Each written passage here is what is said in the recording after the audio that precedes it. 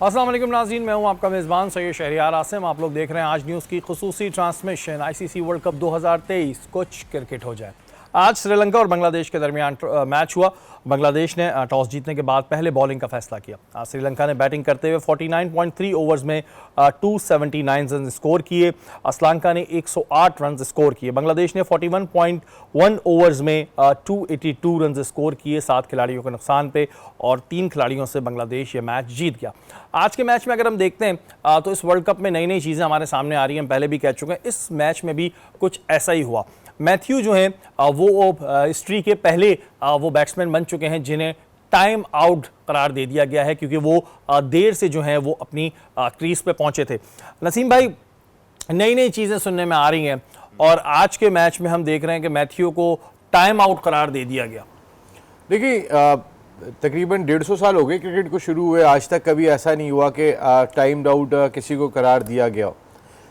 मैं सुन रहा था कुछ फर्स्ट क्लास क्रिकेटर्स को सुन रहा था। मैं मैथ्यूज़ तो फॉर्मर कैप्टन है, मैथ्यूज़ तो बहुत ही एक्सपीरियंस रखते हैं वर्ल्ड क्रिकेट का। 225 प्लस मैचेस हैं उनके, इससे ज़्यादा तो मेरे ख्याल तजुर्बा हो नहीं सकता। लेकिन फर्स्ट क्लास क्रिकेटर्स भी ये बात कह रहे हैं, हमें ये नॉलेज है कि 2 मिनट के अंदर अंदर जाके उन्होंने अपना स्टैंस ले लेना है, जाके बॉल खेलने की तैयारी। 2 मिनट के अंदर आप बॉल खेलने की तैयारी पे खड़े हुए। बिल्कुल। अब अगर बॉलर डिले करता है तो ये उसकी जानिब से हो रहा है। आपका काम है आपने 2 मिनट के अंदर जाके जो है वो तैयार हो जाने पे। एंजेलो मैथ्यू साहब, आपके पास क्या एक ही हेलमेट था या चले आप, और दुनिया का कोई भी बैटर होता है, मैं बहुत सारे लोगों से ये आज सारा दिन मैंने कहा कि कभी ऐसा होता है कि आपको अपने स्पोर्ट्स गियर का पता ना हो। उन्होंने कहा कि सुबह मैच होता था तो रात को सेट करके बैग में रख लिया करते थे। और ये इंटरनेशनल प्लेयर्स हैं, इनके पास ऐसा थोड़ी है कि वो एक ही हेलमेट होगा या 2 हेलमेट होंगे। ये 3-3 4-4 हेलमेट जो है वो इनके पास, same bat, same glove, same, उनके सारी चीज़ें स्पॉन्सर्ड होती हैं।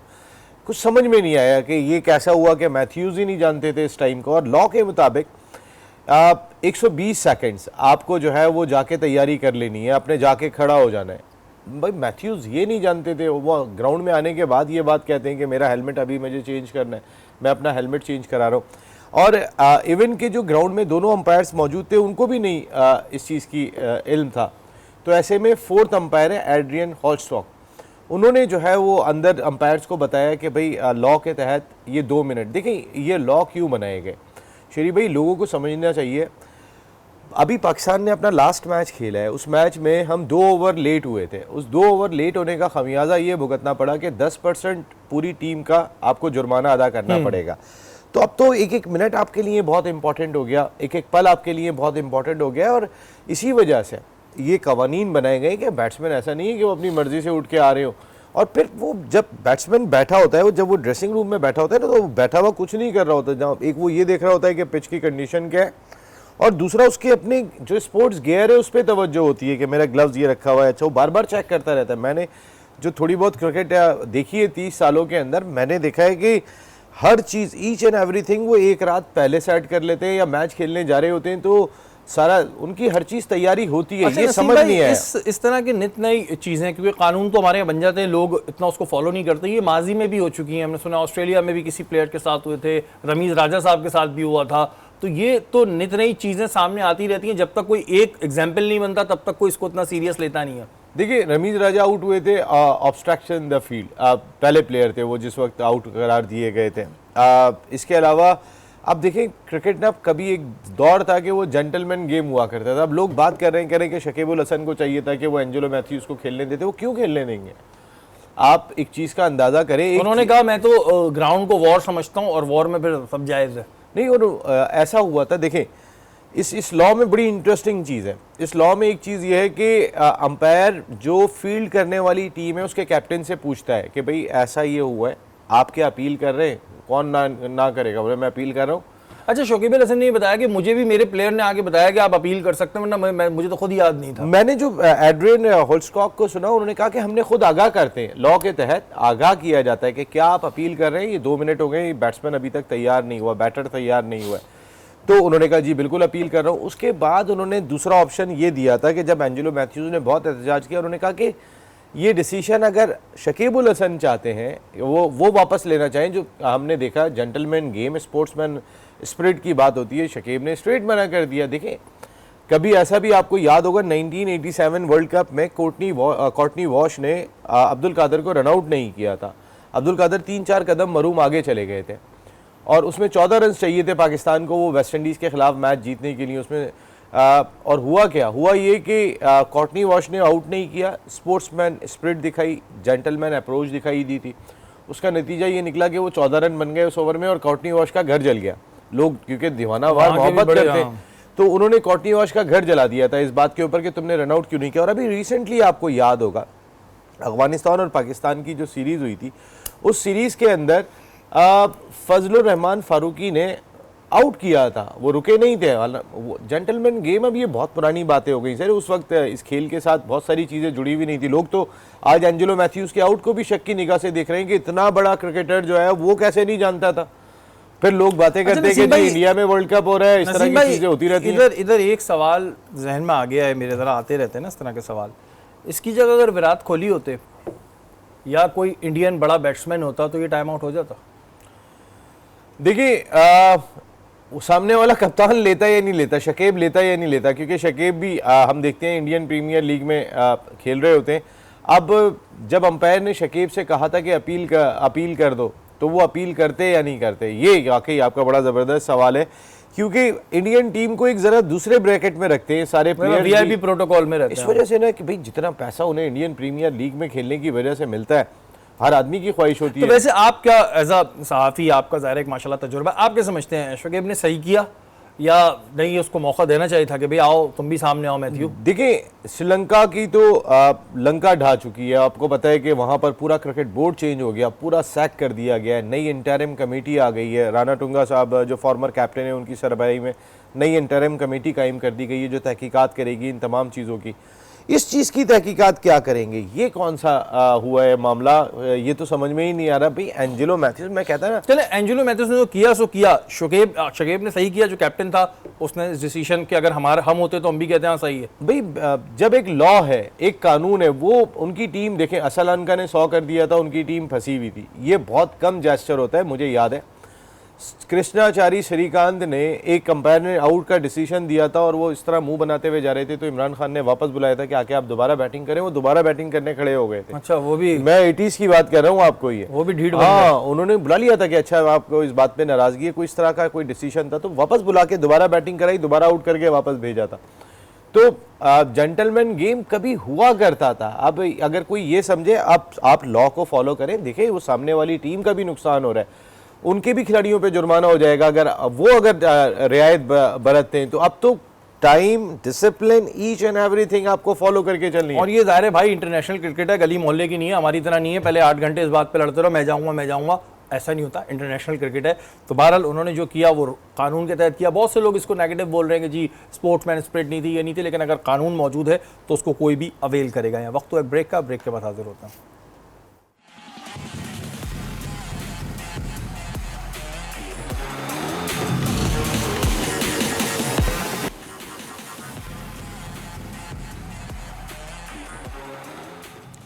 वेलकम बैक नाजरीन, आप लोग देख रहे हैं आज न्यूज़ की खुसूसी ट्रांसमिशन। और आज के मैच पे जैसे हमने बात की थी श्रीलंका और बांग्लादेश के हवाले से, मैथ्यू बैटिंग में तो कुछ नहीं कर पाए लेकिन बॉलिंग में उन्होंने अपना बदला ज़रूर ले लिया शकीब से। आतिफ, नजमुल हसन, और अगर हम बात करें शकीबुल हसन की तो उनकी पार्टनरशिप बड़ी अच्छी जारी थी। एक ने 90 स्कोर किया, एक ने 82 स्कोर किया और दोनों को आउट मैथ्यू ने किया। और शकीब को आउट करने के बाद उन्होंने घड़ी भी दिखाई और बोला टाइम आउट। जी बिल्कुल, जिस तरह यानी कि इतना बड़ा इंसिडेंस हो गया आज के मैच में, एंजेलो मैथ्यूज़ जो इतना बड़ा नाम श्रीलंका की क्रिकेट का और इतने मैचेस खेल के इतना एक्सपीरियंस प्लेयर, इस तरह की हरकत हो जाए तो फिर वो डाउटफुल ही हरकत होती है। लेकिन इन्होंने तो बोर्ड ने समझ लिया कि फेवर ये भी कर दी थी जब T20 क्रिकेट फॉर्मेट स्टार्ट हुआ है कि ड्रेसिंग रूम से नीचे डग आउट बना दिया है कि डग आउट में मोस्टली आप देखें जो भी प्लेयर्स बैठे होते हैं, जिन्होंने जाना होता है वो रेडी बैठे होते हैं अपने पैड वैड पहनकर और बिल्कुल फोकस होता है ग्राउंड के अंदर। तो वहाँ से उठ के डग आउट से जाता है मोस्टली प्लेयर के यार मैं सामने ही हूँ तो 2 मिनट के अंदर ईजिली हो जाएगा। लेकिन अब ये एंजेलो मैथ्यूज़ पता नहीं क्या चीज़ ऐसी मिस कर गए या जिसकी वजह से वो आ नहीं रहे, डाउटफुली बहुत सी सारी चीज़ें आ रही हैं सामने, तो ये डिसीजन उनका समझ नहीं आया। वो खैर आउट होगा, जब आउट होने के बाद टीम अंदर जाती है वापस, उनकी बैटिंग आती है बांग्लादेश की, तो बांग्लादेश की बैटिंग में उन दोनों को आउट किया। फिर आउट करने के बाद उन्होंने फिर शकीब को घड़ी दिखाई कि अब टाइम आउट तुम्हारा हो गया, अब तुम बाहर जाओ, मैं तो चला गया था अब तुम बाहर जाओ। और ये बात है कि चले जी आपने कोई चीज़ हो ना हो, इस टाइम आउट से आप ज़िंदगी भर याद रहेंगे ये एक अच्छी बात है। नसीम भाई, इंजमामुल हक साबिका चीफ सेलेक्टर, वो उनका एक इंटरव्यू हम सुन रहे थे जिसमें उन्होंने ये भी कहा कि मुझे तो बड़ा वो सॉरी फील कर रहे हैं कि मैंने ये एक्सेप्ट भी क्यों किया as a chief selector.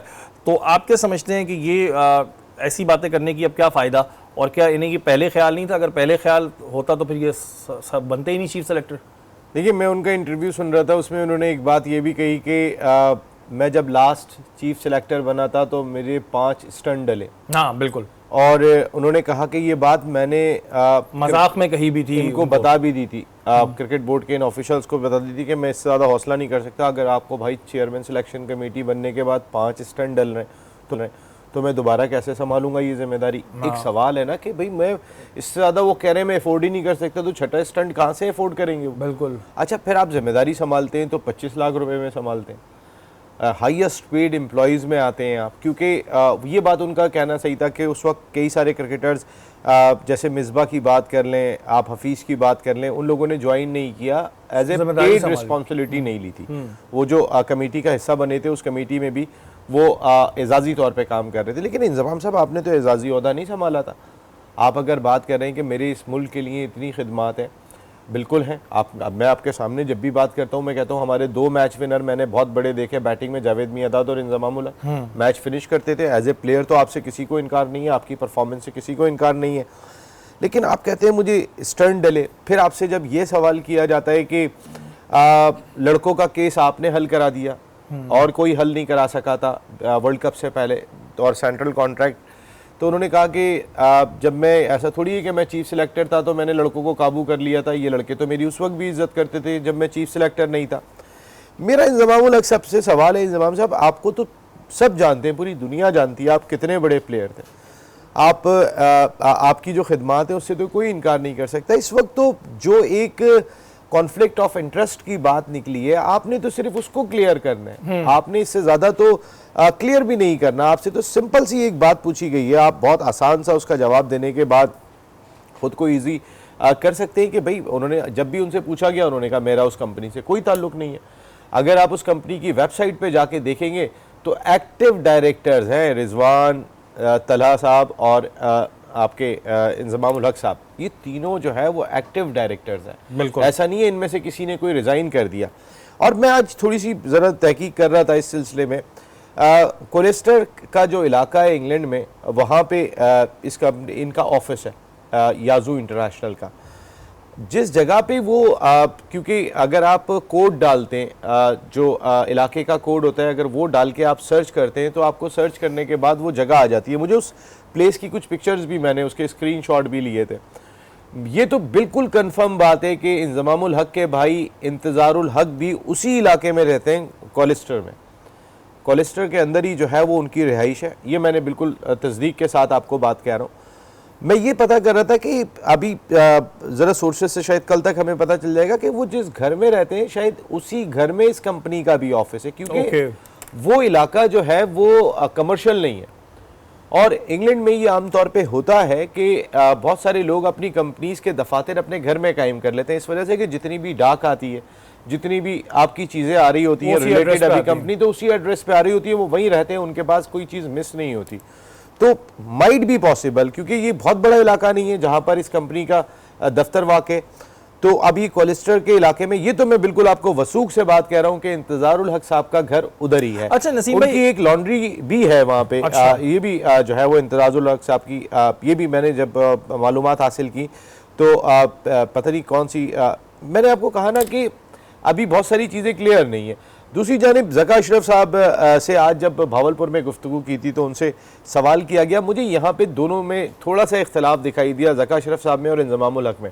Zaka Ashraf साहब बात ये कहते हैं कि हमने इंजमामुल हक को बुलाया था, वो नहीं आए, उन्होंने रिज़ाइन भेज दिया और उसके बाद हमने इंक्वायरी कमेटी बना दी। इंजमामुल हक साहब कहते हैं कि मैंने जो है ना जब जब क्रिकेट बोर्ड ने इंक्वायरी कमेटी बनाई तो मैंने रिजाइन कर दिया। बिल्कुल ऐसा ही है। तो ये दोनों में तजाद पाया जा रहा है। आप चेयरमैन जो है वो ये कह रहे हैं कि हमने कमेटी पहले नहीं बनाई थी बल्कि हमने इंज़मामुल हक से बात करने की कोशिश की थी। इंज़मामुल हक कहते हैं कि जब कमेटी बन गई, फैक्ट फाइंडिंग कमेटी बन गई। मैं कह रहा हूँ ना कि वो अब बात कर रहे हैं कि मुझसे गलती हुई थी, मैंने जो है ना वो चेयरमैन की जिम्मेदारी संभाल ली, ऐसे कोई भी क्रिकेट बोर्ड में नहीं आएगा। 35 साल से लोग मुझे देख रहे हैं, मेरी खिदमत है, इस तरह मुझे अच्छा नसीम भाई, उनके सवालों से एक सवाल ये भी निकलता है, उन्होंने कहा जी लड़के मेरी इज्जत करते हैं, तो क्या पे सवाल ये बनता है कि जो भी चेयरमैन पीसीबी आएगा उसकी लड़के इज्जत नहीं करेंगे? लड़के कहाँ से भी इतने बड़े हो गए कि वो इज्जत करेंगे नहीं करेंगे? ज़ाहिर है वो भी चेयरमैन पीसीबी के ओहदे पर जो भी बंदा आके बैठता है। दूसरी बात ये कि वो कह रहे हैं कि जी मुझे अप्रिशिएट करना चाहिए था कि मैंने एक चीज़ को वो किया, ना कि मुझे नेगेटिव तौर पे देखा जाए, और मुझे ज़्यादातर नेगेटिव ही देखा जाता है। ये चीज़ तो साफ इस चीज़ का एक इशारा दे रही है कि लड़के अगर आपकी बात मान रहे हैं तो आपके कंट्रोल में है ना, और फिर ज़ाहिर है उनके फेवर की बात हो रही है तो कह रहे हैं ठीक है जी हमारे मसीहा आप ही हैं। भाई वो ये कह रहे हैं कि मुझे सिर्फ यही लड़के नहीं और भी क्रिकेटर्स मुझे जानते हैं, और जानते होंगे इंजमाम साहब। जानते तो हम भी हैं। हमने तो इसमें, मैं आपको बताऊं, उन्होंने सिर्फ एक लफ्ज़ कहा मेरा उस कंपनी से ताल्लुक नहीं है। मैं आज की तारीख में भी बता रहा हूं कि मैंने जाके सर्च किया, उस वेबसाइट को देखा, मैं इलाका भी बता रहा हूं आपको। मैं यहाँ तक बता रहा हूँ कि इंतज़ारुल हक साहब की, क्योंकि मेरे एक बहुत अच्छे दोस्त हैं, उनकी इंतज़ार साहब से मुलाकात हुई थी। जब उनसे पूछा कि आप कहाँ रहते हैं तो उन्होंने इसी इलाके का नाम लिया कि कोलिस्टर में मैं रहता हूँ, और इस कंपनी का एड्रेस भी इसी इलाके का आ रहा है। उसकी कुछ पिक्चर्स भी मेरे साथ पास मौजूद है, अगर हम चाहेंगे तो उसको शेयर भी कर सकते हैं, क्योंकि हमने पोस्ट बॉक्स जब डालते हैं आप इंग्लैंड में, क्योंकि एक उनका अपना इलेक्टोरियल प्रोसेस भी होता है इलेक्शन के हवाले से, तो उसके थ्रू अगर आप कोड डालते हैं तो आपकी चीज़ें सामने आ जाती हैं, तो एटलीस्ट आपके पास गूगल इमेज से उस घर का इमेज आ जाता है। अच्छा, इंज़मामुल हक ने साफ मना कर दिया मेरा ताल्लुक नहीं है कंपनी से। उन्होंने यही कहा है कि मेरा ताल्लुक नहीं है। तो इंजमाम साहब को चाहिए कि जितना बड़ा वो नाम है हम उनकी बहुत रिगार्ड करते हैं, इसमें कोई दो राय नहीं है। तो आपको खुद जाके वो डॉक्यूमेंट्स, आपके इंग्लैंड में बहुत ताल्लुकात हैं, आपके भाई तो उसी इलाके में रहते हैं। नसीम भाई ऐसा कैसे हो सकता है, क्योंकि ज़ाहिर है एक अरसे से मैं भी इन्वेस्टिगेशन और इस पर काम कर रहा हूँ, आपने मुझे टारगेट बना लिया इसका मकसद। ऐसा कैसे हो सकता है कि एक इतनी बड़ी सेलिब्रिटी, एक वर्ल्ड फेम इंसान का नाम एक चीज़ में जोड़ा जा रहा हो जिसके बाद उसको इस्तीफ़ा देना पड़ा हो, और वो बहुत नॉर्मली कह रहा है कि नहीं मेरा ताल्लुक नहीं है? अगर मेरा ताल्लुक किसी ऐसी चीज़ से जोड़ा जाएगा तो मैं तो ज़मीन आसमान बराबर कर दूंगा। अगर मैं नहीं आऊँगा, अगर मैं नहीं हूँ तो फिर तो मैं तो ज़मीन आसमान बराबर कर दूंगा। इतना नॉर्मल रिएक्शन कैसे आ रहा है? जबकि इंजमाम भाई के बारे में मैंने जितना सुना है कि वो तो गुस्से के भी तेज हैं, वो तो ग्राउंड में बल्ला लेके उतर गए थे, तो इतना बड़ा इल्ज़ाम लगने के बाद वो इतना नेचुरल कैसे ये बात कर रहे हैं नहीं मेरा ताल्लुक नहीं है? हाँ, वो इसमें ज़्यादातर अपनी खिदमात का बता रहे हैं। अगर इंटरव्यू के अंदर वो बजाय इसके कि जोरा के उस डिटेल का बता देते। भाई मैं बात ये कह रहा हूँ कि इसी इलाके में तो इंतज़ार भाई रहते हैं, इंजी भाई। अगर इंतज़ार भाई जाएंगे और जाके डॉक्यूमेंट्स पूरे निकालेंगे, ला के देंगे दो क्रिकेट बोर्ड को कि भाई मेरा नाम वहीं से खड़े लाइव वीडियो बनाओ, वहीं से बनाओ, दिखाओ कि भाई इसके अंदर हमारी कोई चीज़ नहीं है। मैं बता रहा हूँ कि आज की तारीख तक जो मैंने इंग्लैंड से चेक करवाया, खुद भी नहीं किया, मैंने करवाया, एक्टिव डायरेक्टर्स हैं, इंजमाम भी एक्टिव डायरेक्टर्स हैं, आपके रिजवान भी एक्टिव डायरेक्टर हैं, तलहा रहमानी भी, ये तीनों के तीनों जो है वो एक्टिव डायरेक्टर्स हैं। और ये चीज़ के भाई अब टेक्नोलॉजी बहुत बढ़ गई है, अब ये नहीं कि इंक्वायरी रिपोर्ट आने का है, अगर आप राइट है वहीं से खड़ो के वीडियो बनाएंगे जी कि मैं नहीं हूँ। इस वजह से मैं कह रहा हूँ कि जितना इंतजाम जी। और एक और शरीफ भाई उन्होंने बात कही कि इस मामले को आप 6-7 दिन अगर रोक देते तो पाकिस्तान टीम वर्ल्ड कप में परफॉर्म कर रही थी, रोक देते।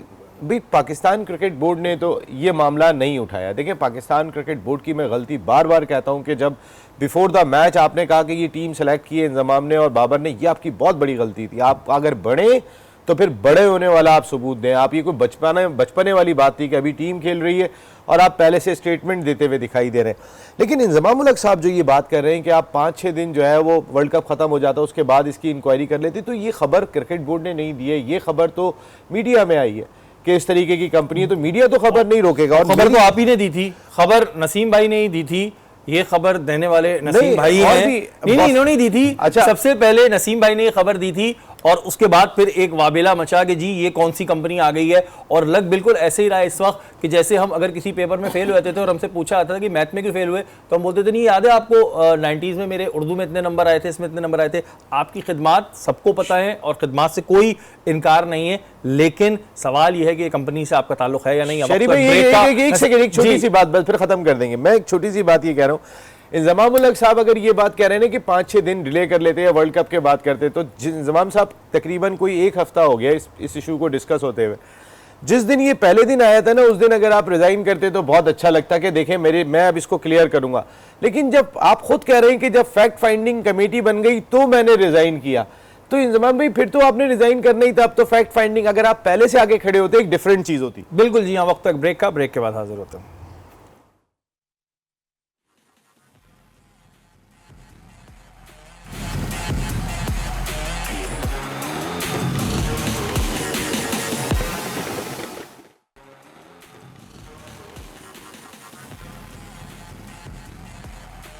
वेलकम बैक नाजरीन, आप लोग देख रहे हैं आज न्यूज़ की खुसूसी ट्रांसमिशन। रेस लगी हुई है कि जी सेमीफाइनल में कौन कौन सी टीम्स पहुंचेंगी। ज़्यादातर लोगों का कहना है कि जी ठीक है, इंडिया और साउथ अफ्रीका तो पहुंच गई है, हमारी दुआ है पाकिस्तान भी पहुंच जाए। लोग ऑस्ट्रेलिया को भी कह रहे हैं, न्यूजीलैंड भी रेस में लगी हुई है। लेकिन आतिफ, अफगानिस्तान भी इस रेस में है, हम इस चीज़ को डिनाई नहीं कर सकते कि अफगानिस्तान भी इस रेस में लगा हुआ है। कल अफगानिस्तान और ऑस्ट्रेलिया का मैच है, क्या कहेंगे आप? अब क्या आपकी प्रेडिक्शन है जनाब? कल का मैच जिस तरह अफगानिस्तान के लिए भी इम्पोर्टेंट है और ऑस्ट्रेलिया के लिए भी इम्पोर्टेंट है, तो देखें, अब मैं ये कहूँगा कि ऑस्ट्रेलिया के चांसेस हैं ज़्यादा। लेकिन अगर आप इसकी अफगानिस्तान की परफॉर्मेंस देखें और अफगानिस्तान की अगर आप टीम देखें थ्रू आउट, लेकिन ठीक है जूनियर टीम है, लेकिन फ़र्क डालेंगे ये मैच में, क्योंकि इनके पास 3 जो हैं बेस्ट स्पिनर्स हैं, प्लस इनकी बैटिंग गुरबाज है, रहमतुल्लाह है, तो यानी कि बैटिंग में भी इनकी अच्छी टीम है। टफ टाइम देगी ऑस्ट्रेलिया को, इतने इजीली मैच नहीं होगा। मेरे हिसाब से कल मैच अच्छा होगा और 50-50 कहूँगा मैं, क्योंकि यहाँ बॉलिंग लाइन थोड़ी स्ट्रेंथ अफगानिस्तान की अच्छी है, बैटिंग जो है ऑस्ट्रेलिया की अच्छी है। अब देखते हैं कल बैटिंग और बॉलिंग का मुकाबला है, कल कौन अब अफगानिस्तान के जो फैन है वो आतिफ की वीडियो डालेंगे, लिखेंगे सॉफ्टवेयर अपडेट। मैं बताऊं, इतना ज्यादा वो आतिफ के दुश्मन हुए हुए थे, तो वो लिख देंगे सॉफ्टवेयर अपडेट हो गया। अब ऑस्ट्रेलिया की टीम से भी हमारा देखिए, मैं तो वो बात कर रहा हूँ जो क्रिकेट पॉइंट ऑफ जो फैक्ट्स हैं। ये तो बार मैंने मजाक में एक बात कही है, लेकिन ये फैक्ट्स हैं। अभी तक जो अफगानिस्तान की मौका ही नहीं मिला, जीते जा रही है। मैं खुद स्पिनर हूँ, तो मैं राशिद हो गया या मुजीबुर रहमान हो गया, इन दोनों को मैं बहुत पसंद करता हूँ, लेकिन अनफॉर्चुनेटली ये लोग वनडे में परफॉर्म नहीं कर पा रहे। लेकिन T20 के इनसे बड़े बॉलर नहीं है दोनों।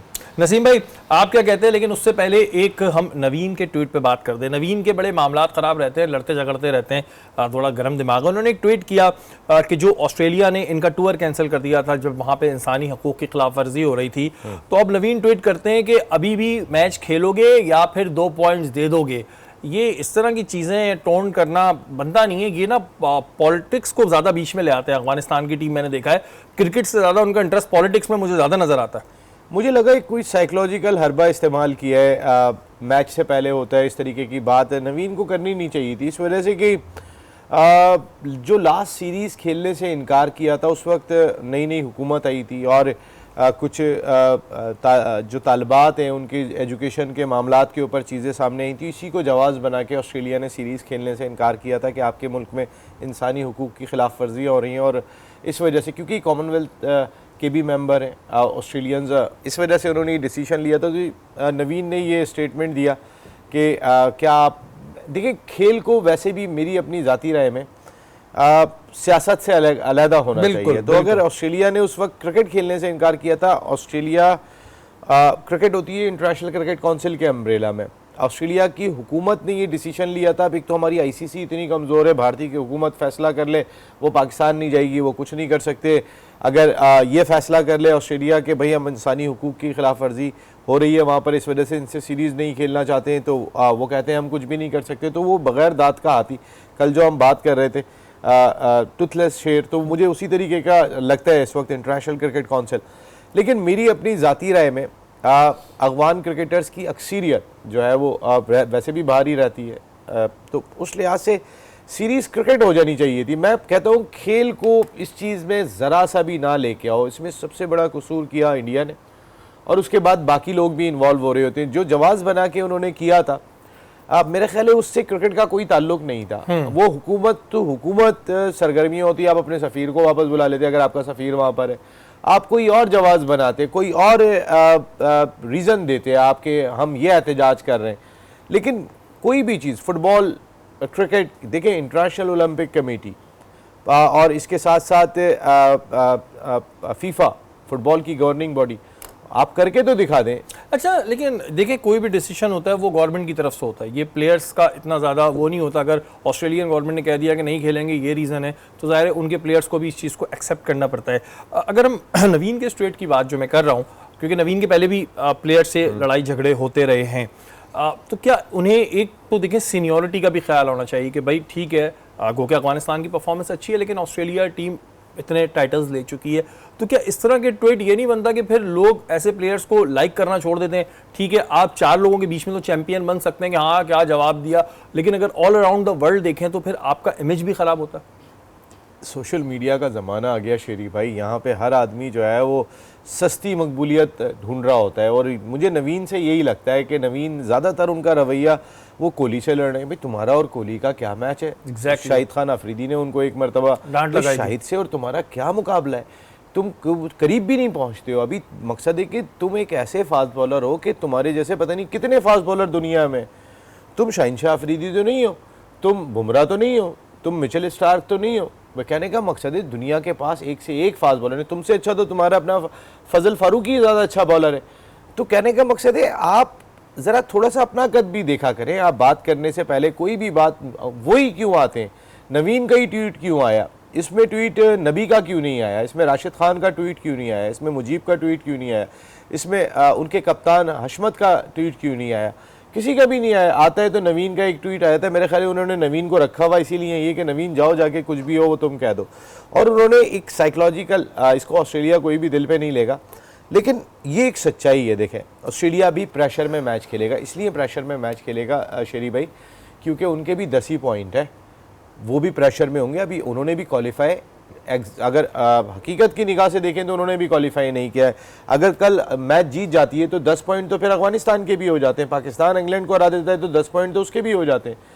न्यूजीलैंड अगर हरा के आ जाता है श्रीलंका तो 10 पॉइंट तो उसके भी हो जाते हैं। बिल्कुल नसीब भाई, क्योंकि कल दोनों टीमें ही जो है वो अपने प्रेशर में खेलेंगी, इस बात में कोई दो राय नहीं है। लेकिन एक चीज़ जो मैंने भी ऑब्जर्व की है कि इसमें कोई ऐसी बात नहीं है कि वो गलत ले कि जो अफगानिस्तान के कुछ प्लेयर्स हैं वो आपे से बाहर कुछ ज़्यादा हो जाते हैं, हमें ग्राउंड के अंदर नज़र आता है। अब अगर हम नवीन की बात करें तो मुंह पे इतना गुस्सा लेके बिला वजह का आप किस बात का टेंट्रम दिखा रहे हैं, किस बात का आप अपना गुस्सा दिखा रहे हैं, ये इनके लिए कितना नुकसानदेह होगा कि ये बिहेवियर चले किसी बहुत बड़े स्टार पे तो बंदा सूट कर लेगा, जबकि उसको भी लोग पीछे बुराई कहने लगते हैं, लेकिन बहुत बड़े स्टार पे ये एटीट्यूड अच्छा लगता है। बट अभी तो आपकी स्टार्टिंग है, अभी से ये एटीट्यूड कहाँ लेके जाएगा?